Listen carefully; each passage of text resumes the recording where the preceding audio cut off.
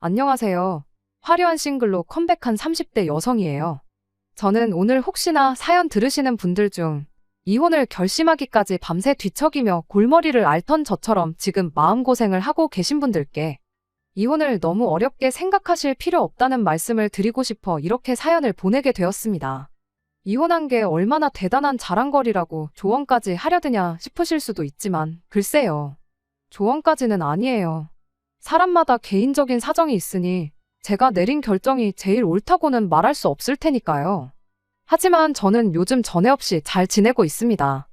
그러니 저는 제가 최선의 결정을 내렸다고 믿고 요만큼도 후회하지 않고 있어요. 이혼을 하고 나니 이렇게 속이 후련하고 편한데 그동안 뭐가 그렇게 두렵고 무서워서 시간만 끌고 있었는지 그런 인간의 아내로 흘려보낸 제 꽃 같은 시절이 아쉽기만 합니다. 저와 남편 사이에 아이는 없어요. 그리고 처음부터 아이 생각이 없던 건 아니었지요. 결혼하자마자 직장을 관둔 것도 아이를 갖기 위해서였으니까요. 하지만 제가 직장을 관두기가 무섭게 남편은 완전히 다른 사람처럼 변했고 그런 남편의 모습에 진절머리가 난 이후로는 아예 아이를 가지려는 시도조차 안 하게 되더라고요. 그런데 이런 사정을 아는 친구가 언젠가 물었습니다. 그럼 아이가 있었으면 잘 살지 않았겠냐. 하지만 사람이 하나를 보면 열을 안다고 남편은 아이가 있다고 해서 크게 달랐을 것 같지 않아요. 오히려 제 신세만 2배, 3배로 고달퍼졌을 테지요. 그리고 다들 이야기하니까 저도 밝히자면 저희 또한 요즘 대세라는 반반 결혼을 했습니다. 남편이나 저나 당시의 벌이는 비슷한 편이었어요. 그런데 두 사람 다 사회생활을 시작한 지 얼마 되지 않았던지라 양가의 도움 없이 부부가 되기는 빠듯한 형편이었죠. 그래서 양가로부터 똑같은 액수의 지원을 받고 더 필요한 건 대출을 받았어요. 그런데 결혼하고 얼마 지나지 않아 남편이 아이 얘기를 꺼내기 시작했습니다. 둘 다 1살이라도 젊을 때 아이를 가져야 신체적인 부분에서나 경제적인 부분에서나 유리하지 않겠냐면서 말이에요. 그리고 그런 남편의 말이 어느 정도는 저도 일리가 있다고 생각했지만 문제는 저는 이를 포기하고 싶지가 않았습니다. 출산과 육아로 생기는 공백이 부담스럽기도 했고 무엇보다 저는 제 일을 사랑했거든요. 하지만 결론부터 말하자면 결국 남편이 원하던 대로 저는 회사를 관뒀어요. 그나마 다행인 건 제가 종사하고 있던 분야가 프리랜서로 활동하기에도 나쁘지 않았으니까요. 하이리스크 하이리턴이란 말이 딱 맞는 업종이었던 거죠.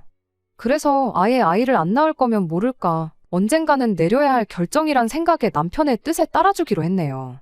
회사를 나오던 날 대표님이 1층까지 따라 나오시면서 한 번만 더 생각해보지 않겠냐며 많이 아쉬워하셨어요. 그리고는 혹시나 복직하고 싶으면 언제든지 연락하라고 하셨는데 저도 그게 정말 그런 뜻은 아니었을 거라고 생각해요. 하지만 한편으론 그래도 내가 나름대로 인정은 받았었구나 하는 생각과 함께 이 회사에 들어오려고 제가 고군분투하던 시절이 주마등처럼 스쳐 지나가면서 기쁘기도 하고 아쉽기도 하고 그렇더라고요. 아무튼 그렇게 회사를 관두고 프리랜서 생활을 시작한 지 딱 1달이 지났을 때였어요. 그날도 평소와 마찬가지로 남편은 출근을, 저는 집에서 제 할 일을 하고 있었는데 갑자기 현관문이 열리는 소리가 나대요.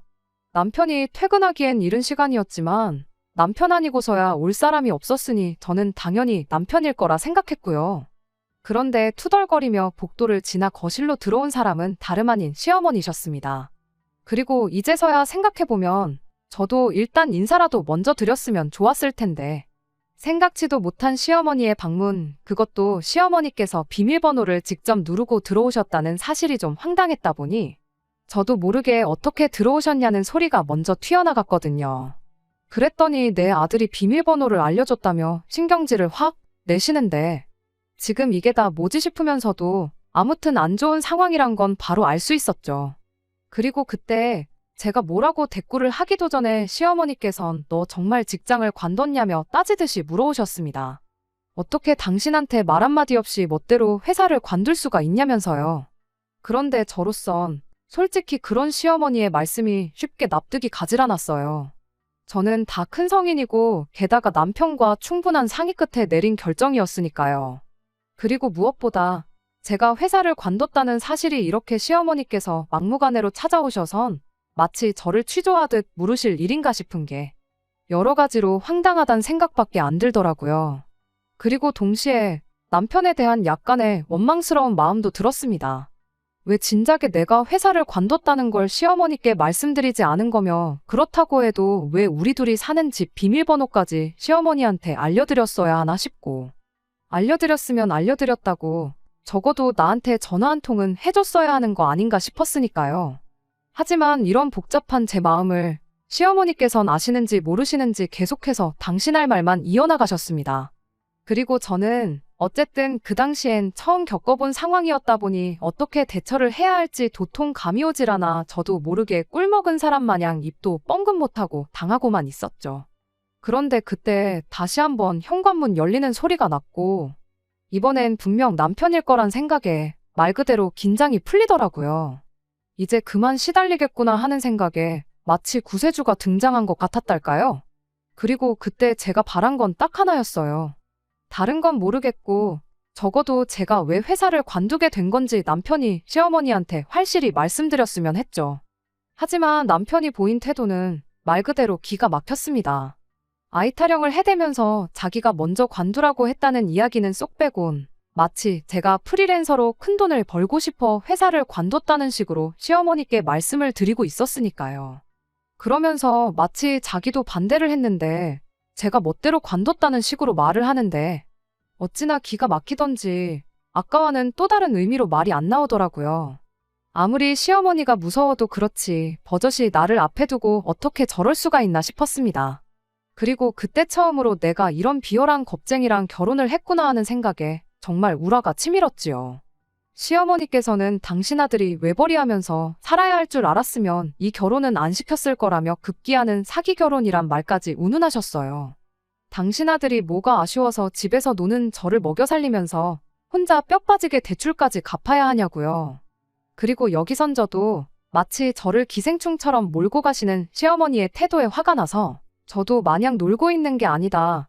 프리랜서로 일을 할 거다 했더니 시어머니께선 콧웃음을 치시면서 그래서 회사 관두고 지금까지 얼마나 벌었냐고 하시대요. 그런데 그 무렵엔 솔직히 이제 회사 관둔 지 한 달이었는데 벌이는 무슨 벌이가 있었겠어요. 그러니 또 저로서는 억울하긴 했지만 동시에 시쳇말로 깨갱하고 납작 엎드릴 수밖에 없었죠. 그리고 그제서야 시어머니께서 본심을 드러내셨습니다.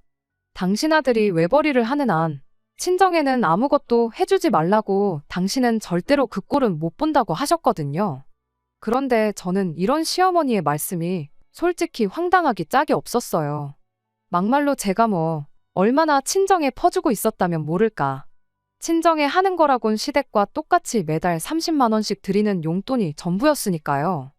그런데 시어머니께선 이제 그 30만 원도 내 아들이 피땀 흘려 번 돈이니 친정에는 절대 주지 말라는 말씀이 하고 싶으셨던 모양이더라고요. 순간 짜증도 나고 한편으론 뭐랄까 비참했달까요? 내가 돈 30만 원에 시어머니한테 이런 소리까지 들어야 하나 해서요. 게다가 남편도 뭐 그러면 그런 시어머니를 말리는 흉내라도 내야 하는데 무슨 동네 불구경하듯 가만히 있으니 저로서도 말이 곱게는 안 나가더라고요. 그래서 걱정 마시라고 그렇지 않아도 안 드릴 생각이었다고 했어요. 그리고 시어머니께서도 당신이 원하시는 대답을 들으셨으면 그만 좀 하셔야 하는데 굳이 또 덧붙이시기를 매달 드리는 용돈뿐만이 아니라 명절이고 경조사고 친정 부모님 생신 때도 뭐 하나 당신 아들 돈으로 챙기다가 걸리면 가만 안 두겠다는데 진짜 시어머니고 어른이지만 할 말 못할 말 구분도 못 하시는구나 싶은 게 저런 분을 평생 어떻게 가족으로 생각하고 살아야 하나 싶대요. 아무튼 그렇게 시어머니께선 당신이 하고 싶던 이야기만 쏟아내곤 뒤도 안 돌아보고 집으로 돌아가셨어요. 시끄러웠던 집안은 언제 그랬냐는 듯이 조용해졌고요. 그리고 저는 이제 남편이 어떤 식으로든 저에게 해명이든 설명이든 무슨 말이라도 할 거라 생각했는데 남편이 꺼낸 이야기는 제 예상과는 완전히 달랐습니다. 시어머니 말씀이 다 맞는 얘기라면서 솔직히 지난 한 달 동안 자기가 너무 힘들었대요. 돈 생각만 하면 막 머리가 아프고 심장이 뛰고 스트레스가 이만저만이 아니었다나요? 기가 막혔어요. 잘 다니는 회사를 관두라고 사람을 들쑤신 게 누군데 지금 내가 지를 원망해도 부족할 판에.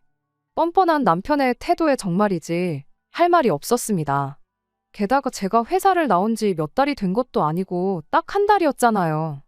그러니 저로서는 솔직히 막말로 남편이 몇 달이나 혼자서 가정을 꾸려나간 것도 아닌데 벌써부터 더럽게 생색이다 싶은 게 치졸하고 치사하단 생각뿐이 안 들었지요. 그래서 저도 억울한 제 마음을 쏟아내며 당신 정말 너무한다 했더니 한 달 동안 수입이 빵원인 제 자신을 탓해야지 왜 자기한테 그러냐면서 됐다고 말 나온 김에 이제 돈 관리는 각자 하자대요. 생활비도 이제 매주 자기한테 타서 쓰고 영수증도 가져오라면서요.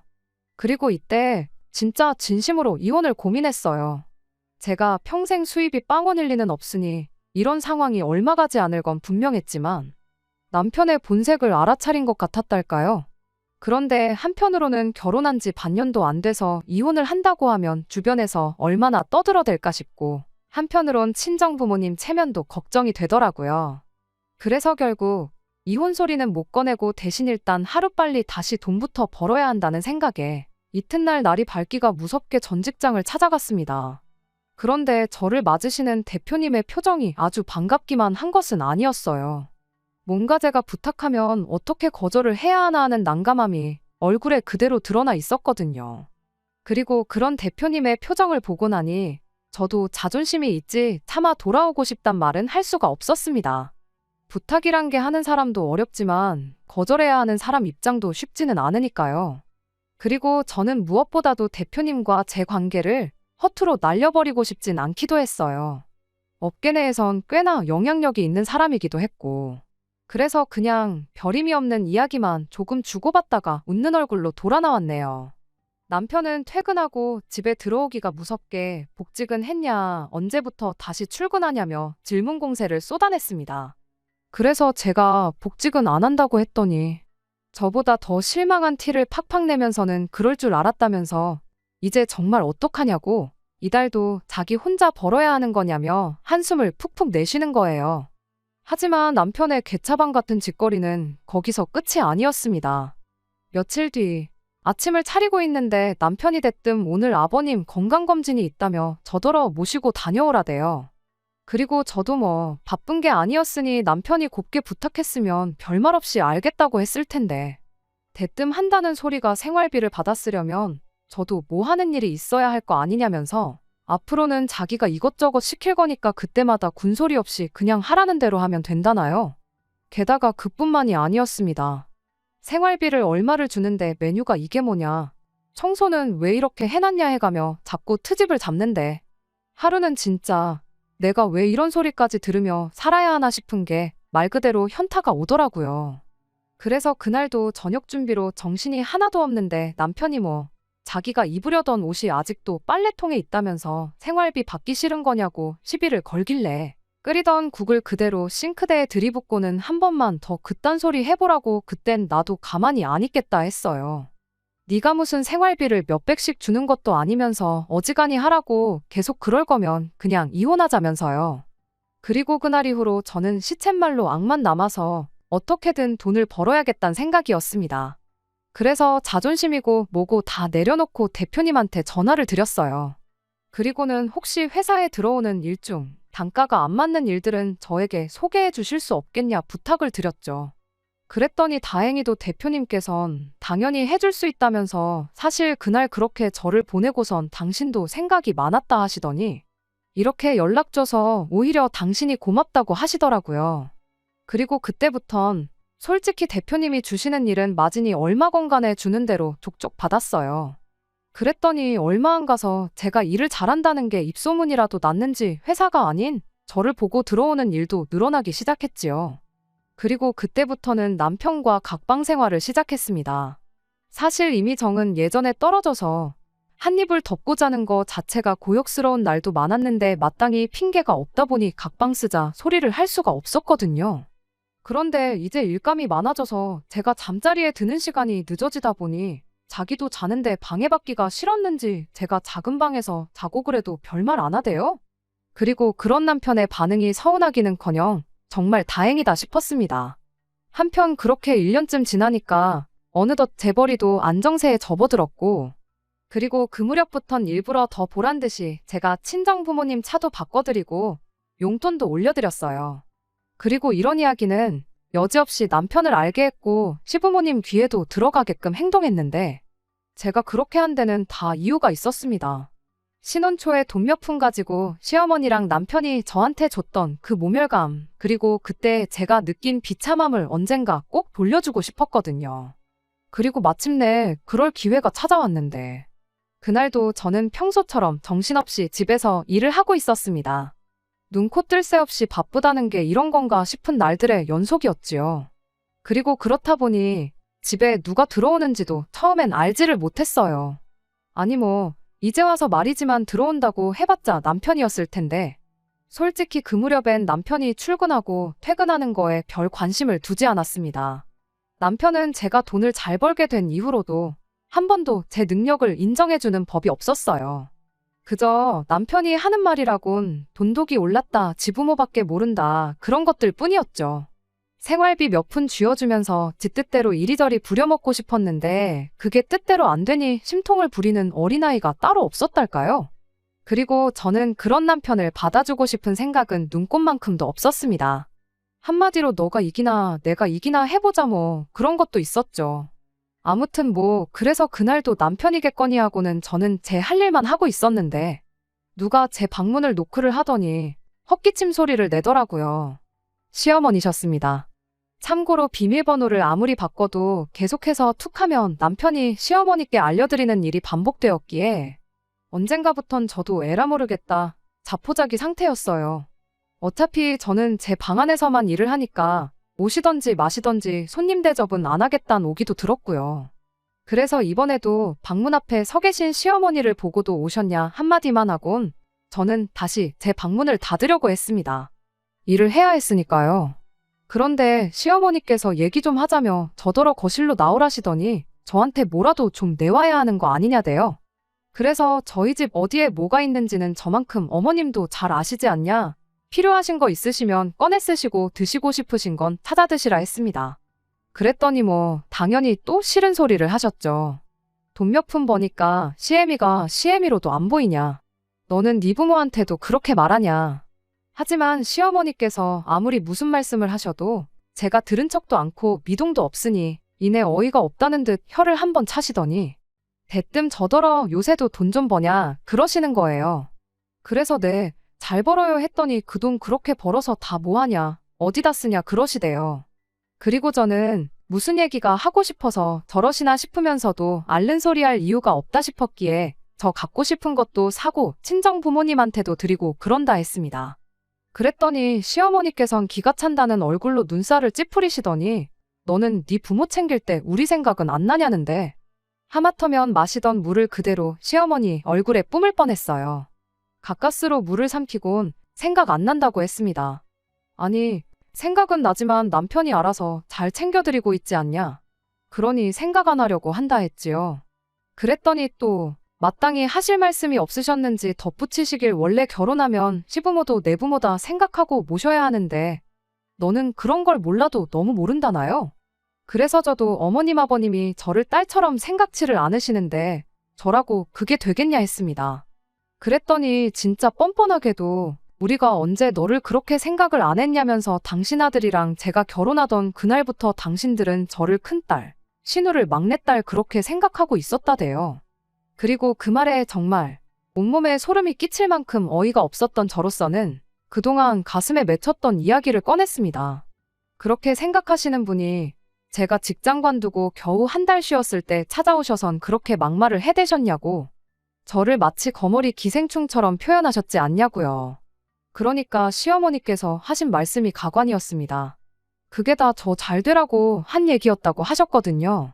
그러면서 제가 당신의 진심을 몰라줘도 너무 몰라준다면서 섭섭하다는데 도대체 무슨 꿍꿍이로 저런 말도 안 되는 억지를 써가면서 나오지도 않는 눈물을 쥐어짜내나 싶은 게 저로서는 말 그대로 한편의 쇼를 보는 듯 했지요. 그리고 그때 황당해하는 제 표정을 시어머니께선 어떻게 받아들이셨는지 대뜸 제 양손을 부여잡으시곤 이제부터라도 저랑 정말 친모녀처럼 잘 지내보고 싶다더니 난데없이 신우 때문에 속상해 죽겠답니다.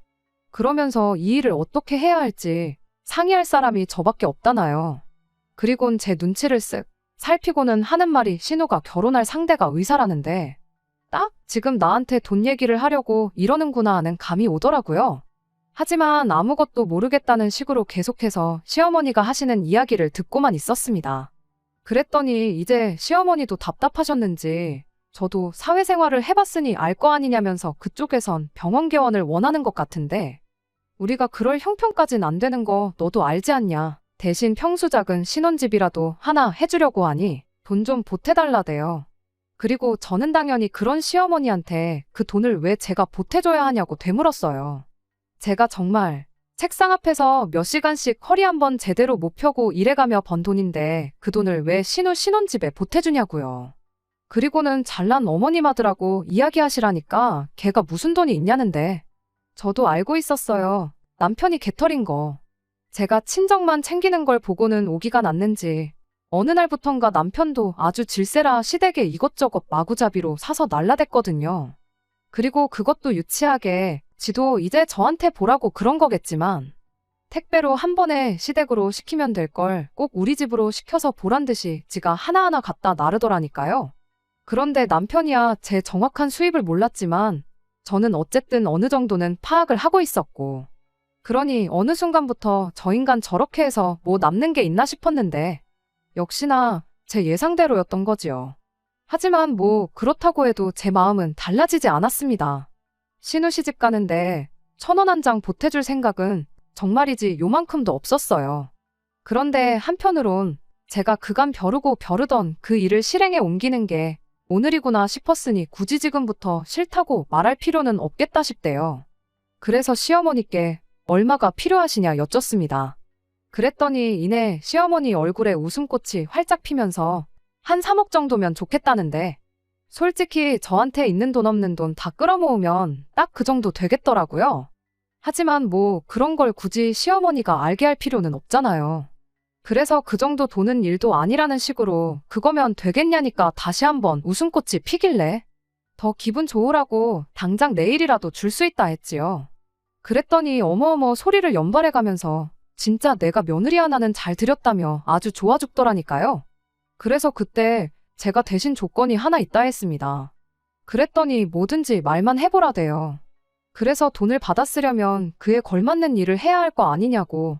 앞으로 그 3억치 다 채울 때까지 무슨 일이건 간에 제가 하라면 군소리 없이 해야 한다고 했어요.